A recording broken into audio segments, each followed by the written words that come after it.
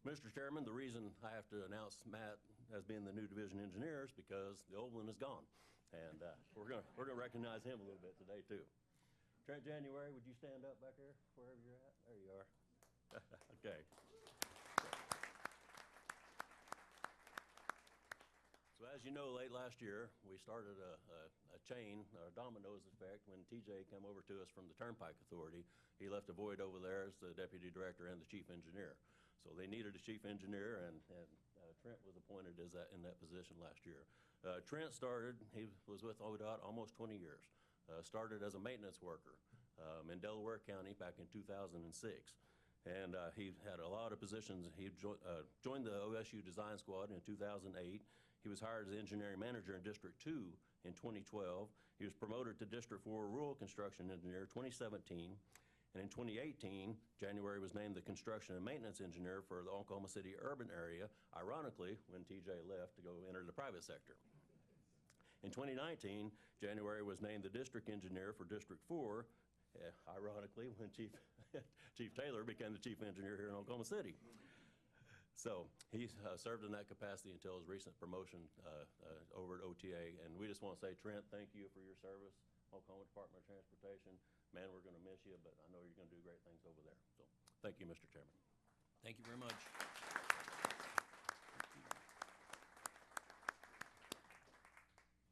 Now, Matt's staying with us, right, Sean? Yes, it's in his contract.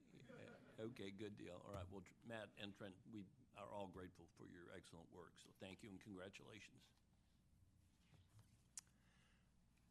Item 27 is approval of the minutes of the Transportation Commission meeting on February 3rd, 2025.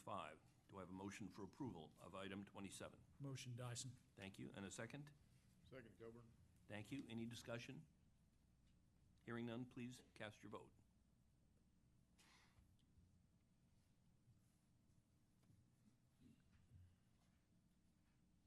Motion passes. Thank you very much. Consent docket contains items 28 through 32. If any commissioner would like to pull an individual item out for discussion, he may do so at this time. Otherwise, I'll hear a motion for approval of the consent docket. I make a motion. Thank you, Commissioner Freimiller. And a second, Commissioner Alexander. Okay? Please cast your vote.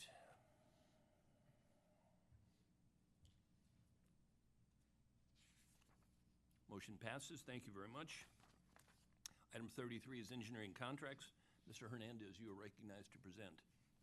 Good morning. Good morning. All right, item 33, engineering contracts. Part A is all districts statewide. On-demand traffic engineering. The department has selected 6 firms to provide these services. They are Burgess & Nyepel, Friesen Nichols, Garver, Kimley Horn and Associates, Lee Engineering, and Walter P. Moore and Associates. The combined contract value of these contracts is $3 million. Part B is also statewide. This is for on-demand overload permit studies. The department has chosen one firm to provide these services. They're Grossman and Keith Engineering, and the contract value is $500,000. Part C is in District 5, Beckham County, I-40. The proposed improvements are intersection modification, geometric improvements, relocate facility to new alignment, replace bridge on existing alignment. The department has chosen Consor engineers to provide these services. Their contract value is not to exceed $1,500,000, and the project is included in the 8-year construction work plan with scheduled let date in federal fiscal year 2030. Part D is District 8, Ottawa County. This is US 59. The proposed improvements are to add shoulders to 2-lane, safety improvements, and geometric improvements. There are 2 projects in this extent, as you can see on the map. The department has chosen C.H. Guernsey to provide these services. Their contract value is $1,713,675. Projects are included in the 8-year construction work plan with scheduled let date federal fiscal year 2029.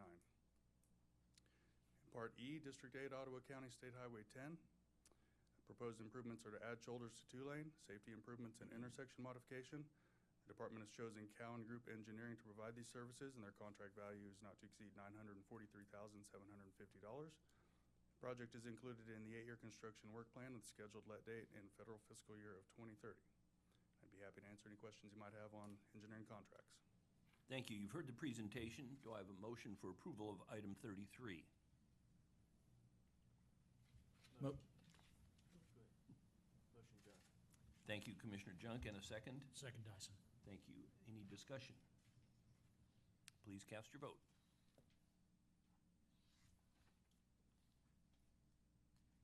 Motion passes.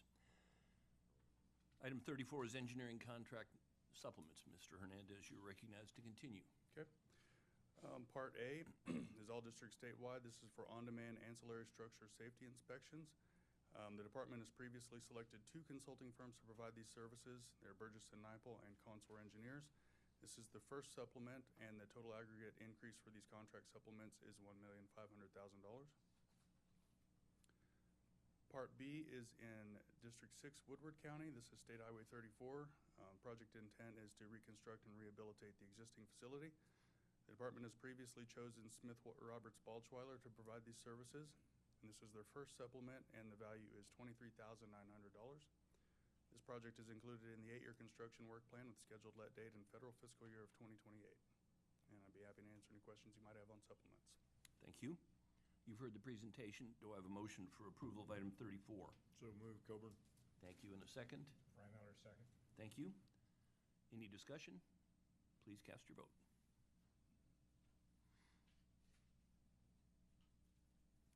Motion passes. Thank you very much, Mr. Hernandez.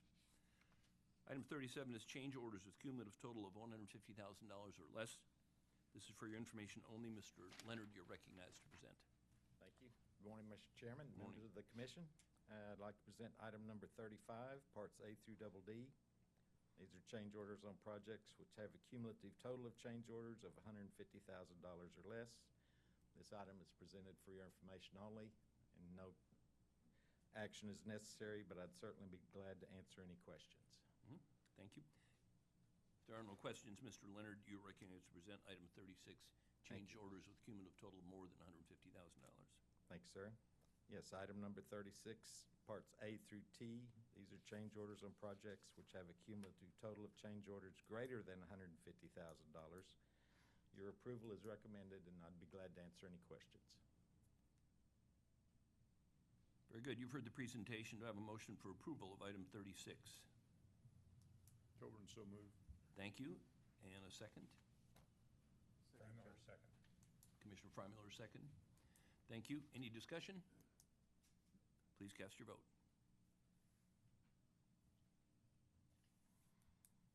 Motion passes. Thank you very much, Mr. Leonard. Item 37 is claim for additional payment. Mr. Davis, you're recognized to present. Good morning again, Mr. Chairman, Commissioners. Morning. Item 37 is claims for additional payment. This is in 2 parts. Part A is out of District 1. This bridge and approach contract located on US 69 over the Union Pacific Railroad near State Highway 51 junction in Wagner, Oklahoma, was awarded by the Oklahoma Transportation Commission on September 11, 2023 to Frontier Bridge Incorporated for a total contract amount of $11,790,918.43 with a contract time of 490 calendar days. Before work could commence on the project, Frontier Bridge Incorporated encountered delays and issues with receiving approval from the Union Pacific for the required bridge demolitions. After the contract was awarded, both the department and Frontier were informed by the Union Pacific Railroad of new additional requirements for working within the right-of-way that were not made known prior to bidding. Due to these new additional requirements, the contractor had to alter their means and methods for demolition, which necessitated the use of specialized equipment and atypical demolition practices. These changes have resulted in an increase in the scope of work needed to obtain approval from the Union Pacific Railroad to begin the bridge demolition, and thus have led to a cost increase of $3,387,120.78 to the contract. In addition, a previously approved change order provided compensation for a loss of overhead resulting from the aforementioned delays. The time for approval of the demolition plan by the Union Pacific Railroad took significantly longer than anticipated and therefore led to a substantial overrun of the change order quantity. At a daily overhead rate of $2,304.27, this item overran by 228 days, resulting in an additional $525,373.56 to be added to the contract. Supporting documentation verifying the claimed amount has been submitted and reviewed carefully by the department, and the justification for additional compensation in the amount of $3,912,494.34 is recognized. Because this amount exceeds the statutorily authorized 10% limit on new contract items, commission approval is needed and is requested. I'd be happy to answer any questions. We reviewed this rather extensively in our subcommittee meeting this morning, and I found it interesting that the railroad, in this case the UNP, sort of changed the rules on us as we understood them. And I thought if you can do maybe a Cliff Notes version of what you explained this morning in non-engineering speak, I found it Absolutely. interesting. So basically what happened on this project is we've had a lot of projects over the railroads before, and our demolition practices, historically, we've been able to rubblize the bridge, and that's a quick, efficient method for removing the old bridge deck. Which means we jackhammer the bridge. Correct. But you put down protective measures over You the tracks. you protect the tracks, that's right. Yeah, and so not knowing any different on this project, we let it. They got to the pre-work conference, had the pre-work conference, and it was only after the contractor submitted his demolition plan where we informed that we would not be able to rubblize. The contractor was going to be made to cut the bridge out in sections and pick it off the tracks, which necessitated the use of a huge crane, which many of our contractors in Oklahoma do not have. So that drove up the cost, and just getting to that point where they approved the demolition plan took a substantial amount of time, which caused for the delay claim. I found that interesting. A little bit change of rules on the part of a particular railroad, so. Yeah, and I will say we had a meeting last week with both the Union Pacific and the BNSF Railroad, and there was dialogue going back and forth with us, and it's not that we're gonna play by the rules. We're gonna do what they want us to do. We just need to know that at the time of bidding so our contractors can bid accordingly. Well, they seem to make their own rules, but regardless, thank you very much. I Yes, found sir. that interesting. Yeah. Can they just, do we have a set guideline of how this is to be done, or can they just change it anytime they want to going forward? So the process is going to be, we're still going to have to submit a demolition plan to them. There are some standard practices that we can put in place, but each one's a little bit different. You know, it's the size of the crane, the placement of the crane, and the size of the bridge. And so everyone's going to be a little bit unique. We do have some steps that we can put in place that are standard, but we're still going to have to submit that demolition plan to the railroad for approval. And then it's just up to them each time and then they can take, I guess, however long they want to review. Is there any specific time frames that we have out there? There is not, no. Is there No. any way that we could work with them to set up a time frame? And that's what the schedule or- meetings last week were about. We're going to start working with them, open that communication up so maybe we can put some steps in place to expedite that process a little It's bit. very expensive for us. It seems like it doesn't cost them anything, but they can drag this out and cost us a fortune. And, it's probably a 5-minute decision for somebody to make, in their office. I think there's probably a little more to it than that, but yes, we are at their mercy after we submit that demolition plan. But I think going forward, working with them, I think we'll improve this process quite a bit. And hopefully we won't have this situation again.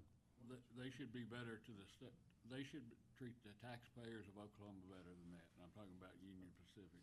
This isn't right to run that kind of a bill up on us. I appreciate your perspective. But they have approved the current demolition plan? Yes. Okay, so that 3,000,009 is a good number. Yes, sir. I mean, other than a terrible number, it's a good number. Okay. Yep. All right. 37B, please. Okay, Part B. This is in District 8. This widen and resurface contract was awarded by the Oklahoma Transportation Commission on November 6, 2023 to Becko Contractors Incorporated for a total contract amount of $13,857,000 and a contract time of 180 days. After work commenced on this project, a Mays County Rural Water District water line was discovered to be in conflict with construction. This line was not noted on the Rural Water District staff during the initial utility identification phase of the survey and therefore was not depicted on the construction plans. The water line had to be relocated for construction to continue.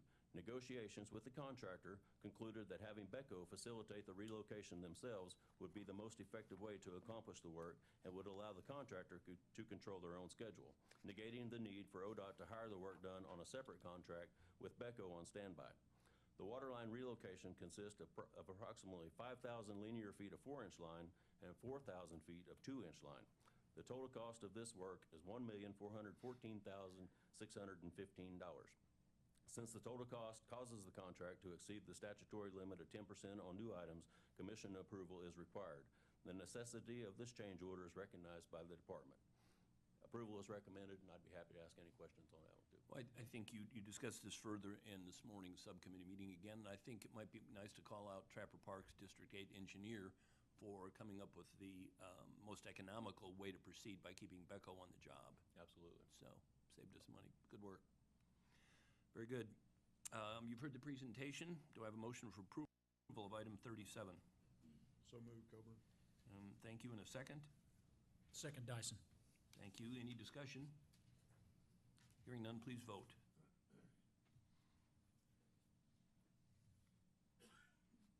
Motion passes. Thank you very much, Sean. Item 38 is proposed bid openings. Ms. Bryant, you're recognized to present. Good morning, Mr. Chairman and Commissioners. Good morning. Item 38, proposed bid openings, consist of the final April 2025, the tentative May 2025, and the tentative June 2025 bid openings. I can't emphasize enough that this is a tentative list, and we are still under a continuing resolution through March 14th, 2025. And with that, the department recommends approval. Right. Talked about that one, too. You've heard the presentation. I have a motion for approval of item 38. Motion, Studeville. Thank you. In a second? Second, Coburn. It's kind of a contingent approval, isn't it? Yeah. All right. Any discussion? Please cast your vote.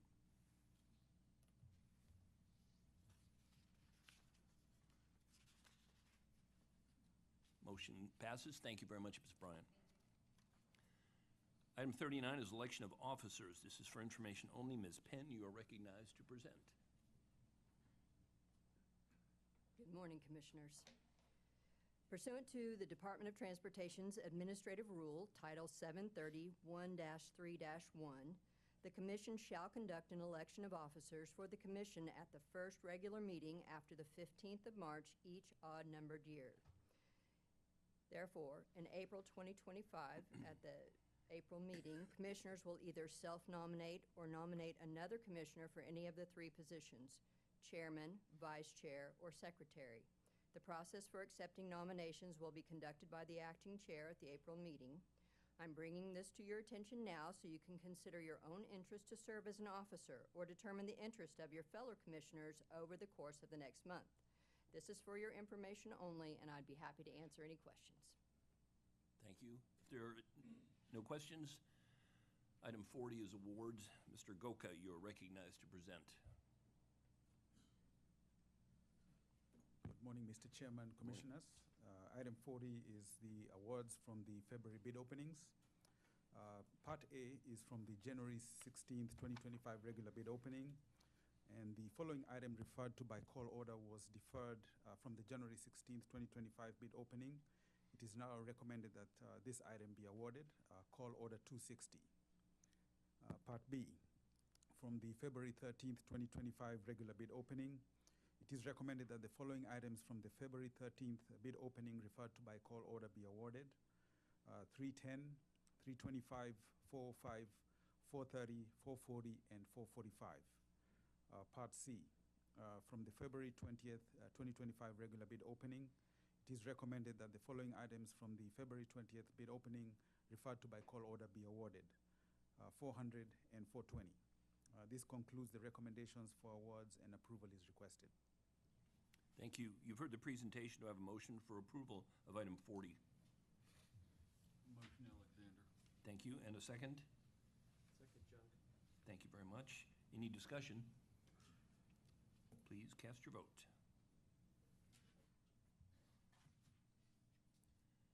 Motion passes. Thank you, Mr. Goka. Item 41 is the Director's Report. Director Gatz, you are recognized to present. Thank you, Mr. Chairman, Commissioners. Very much appreciate your recognition of the challenges that sometimes our partners in the railroad industry can represent. Certainly, the railroads would tell you that they were here before the highways, and in most cases, they're right. But it is an extremely important partnership with that mode of transportation. I really appreciate Sean and the team's efforts to ramp up our communication with the railroads. All of these types of circumstances are avoidable if we just make sure everybody's on the same page. So again, to the extent that we can, we're going to make sure we get the railroads to the table with us and continue to work hard so we don't have a repeat of this circumstance. Funding status, when you talk about federal funding and the recognition that our tentative letting lists are absolutely tentative right now, and that is simply because of the continuing resolution condition that we're in. As Letha pointed out, it does run out on March the 14th. If you read a little bit about what's going on in the Congress right now, and we stay in pretty close contact with our delegation, as you might imagine. It appears that they are going to move a full year's continuing resolution that would carry us through the end of September. That would provide us access to the full appropriation amount that would carry us forward in our construction contracts significantly.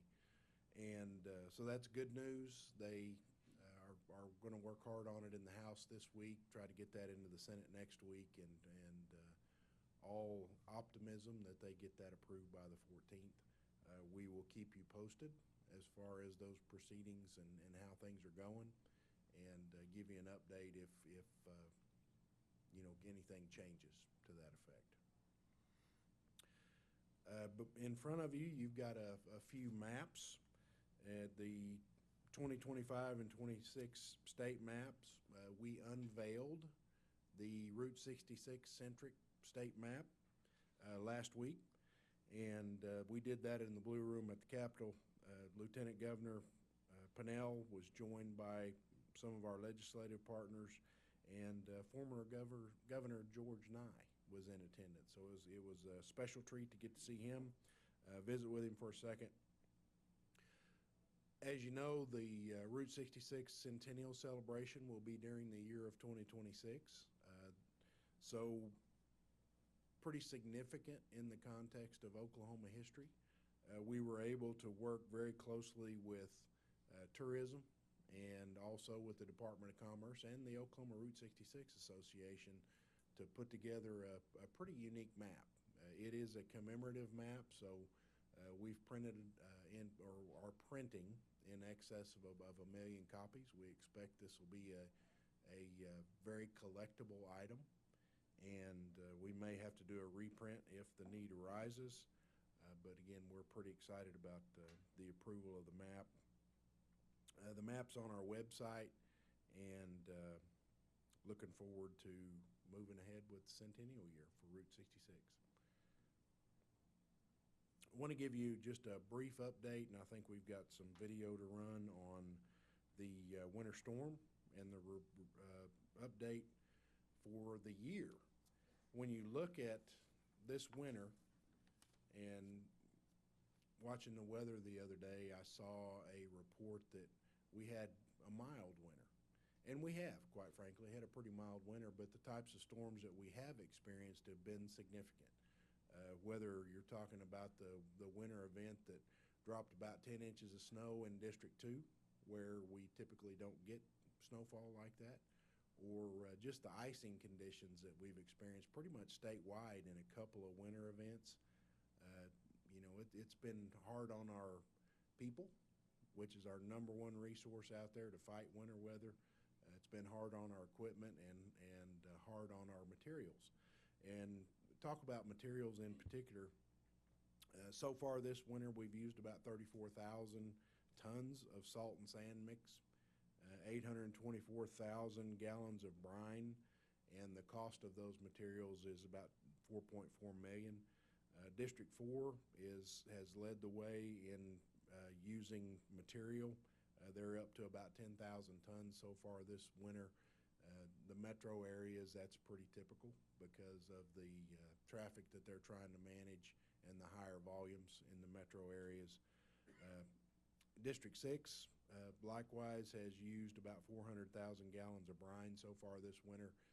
And the type of weather we experience in the northwest part of the state, and certainly Commissioner Alexander can acknowledge this, brine has been extremely effective for us. So if we get out and pre-treat in advance of any type of a little frost or freezing event, it can really help us protect the travel of the public and the safety out on the highways by getting a little bit of pre-treatment down. And it's also proven effective. That's a method we use statewide now that really makes a difference when it comes to trying to pry some of the ice off the pavements. When you look at the effect, combined across the state, we've used about 89,000 man-hours battling winter weather this year.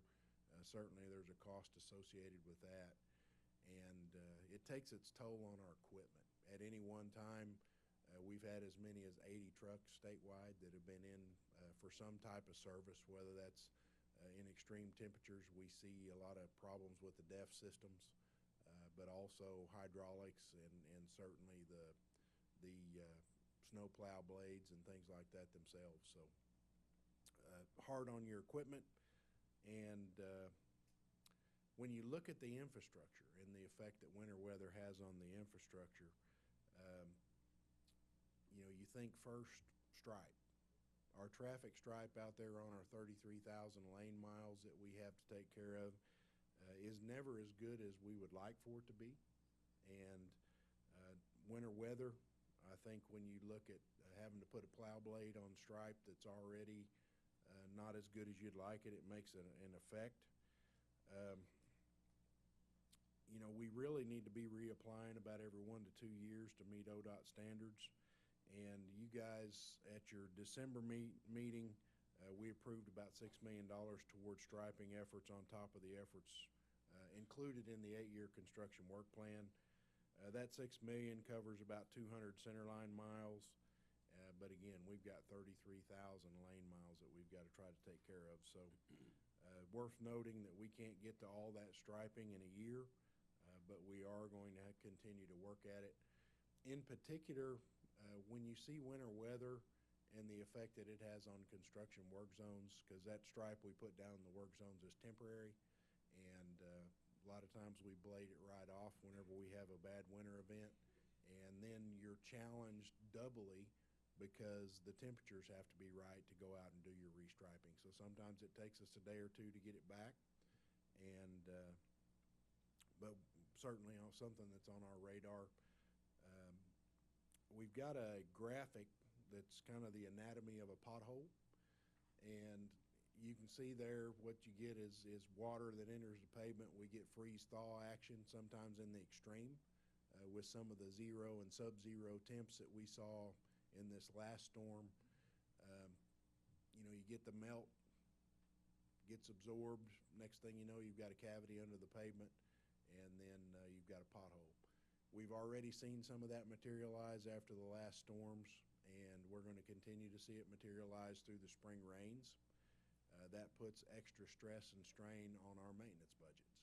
The guys will be out there working to try to bring that back, along with some of the upcoming asphalt projects. Just today, you looked at and approved some contracts, Adair, Craig, Harper, LaFleur, McLean, and Ottawa counties. We've got work coming, along with work that's been previously approved and work that we will put in front of you going forward as soon as we've got access to some additional federal resources. All that to say, we will have a busy spring ahead of us. We'll have to really carefully consider our investment strategies as we start to look to the future and make sure we've got adequate investment in maintenance and certainly life cycle extending type projects Each of those will translate into orange barrels out on the roadway. And as always, we're going to ask the traveling public to pay attention, put away their distractions, be exceptionally careful, observe the posted black and white speed limit, especially through work zones, slow down, and most importantly, buckle up. So. You want to do the jingle? Eyes up, phone down, buckle up, slow down? No. I appreciate the opportunity, Mr. Chairman, but I will once Okay. again pass. Okay, it's a good one. So we got some work coming up ahead of us to play catch up, and the teams will do a great job of it. Want to talk just briefly. We've got a really unique project in Lawton. I think we've got some photos. I-44 and Gore Boulevard pedestrian bridge we just completed there in Lawton, and that was about a $2.5 million contract. That was a transportation alternatives program project that was a partnership between the city of Lawton and us. Really important collaboration that separates pedestrian and bicyclists from people and from vehicles. And those efforts included some push buttons at the crossing streets and some additional sidewalks. Construction started in July of '24 and completed in January, so it was a very fast-moving project. But that can be a real difference maker when you're trying to move pedestrians from one side of a busy interstate facility to the other. And certainly that's going to reduce the mindset that you might want to just take a run across, because that can be extremely dangerous. We see, especially in some of our highly populated urban areas, folks that will sometimes find their way out into interstate traffic where, some of the most unfavorable conditions that you can encounter as a pedestrian. So we'd rather not mix that type of traffic out there. Bridge will be a difference maker for the city of Lawton, and we thought it was certainly worth recognizing the effort. Thank Jay and his team, Jay Earp and District 7, for the work that they do with the city of Lawton to make sure we keep everybody safe. So, with that, Mr. Chairman, I would stand for any questions or comments that the commission may have. Just a question from me. As winters go, was our extra expenditures, and I think you said 89,000 man-hours, is that average, is that high, low? We're a little bit on the high side this year for Okay. material and man-hours. Again, we didn't have to constantly fight it, but the storms we did have were very demanding and had an extended period. And like I said, rarely do we get 10 inches of snow in McCurtain County down in southeastern Oklahoma. And then this most recent storm really was challenging in the northeast with District 8 and certainly along the eastern border with Arkansas and District 1. So statewide, rough conditions managing snow and ice, but we had the most accumulation in northeast and eastern in this last storm. So statewide events, where sometimes we get an isolated event that might hit part of the state. This winter we've had more often than not statewide impacts. So. All right. Thank you. Any questions, Bobby? Comment. I would really like to thank ODOT for their solution with the brine water. It works remarkable for us out in northwest Oklahoma, where a lot of times we get very thin sheets of ice. Doesn't matter if ice is thin or thick, it still slides you right off the road.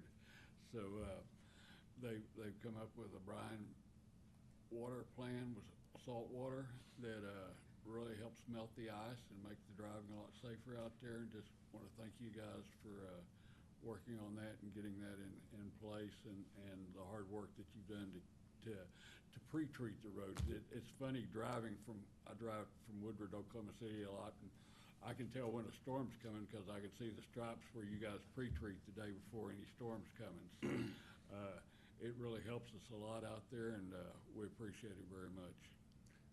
Thank you for that, Commissioner, and that was pioneered out in your country and here in Oklahoma, and the guys have done a good job of making sure that we take a treatment that's very effective, just as you described, and translate that statewide. And now we're pretty much using pre-treatment brine in every district, and it is a difference maker, so. Good. Yep. Thank you, Commissioner Alexander. Thank you very much. Any other comments? Thank you, Director Gatz. Mr. Chairman. Commissioners have no other comments, and I'd hear a motion for item 42, which is adjournment. I make a motion to adjourn. Thank you, and a second? Second Dyson. Please cast your vote.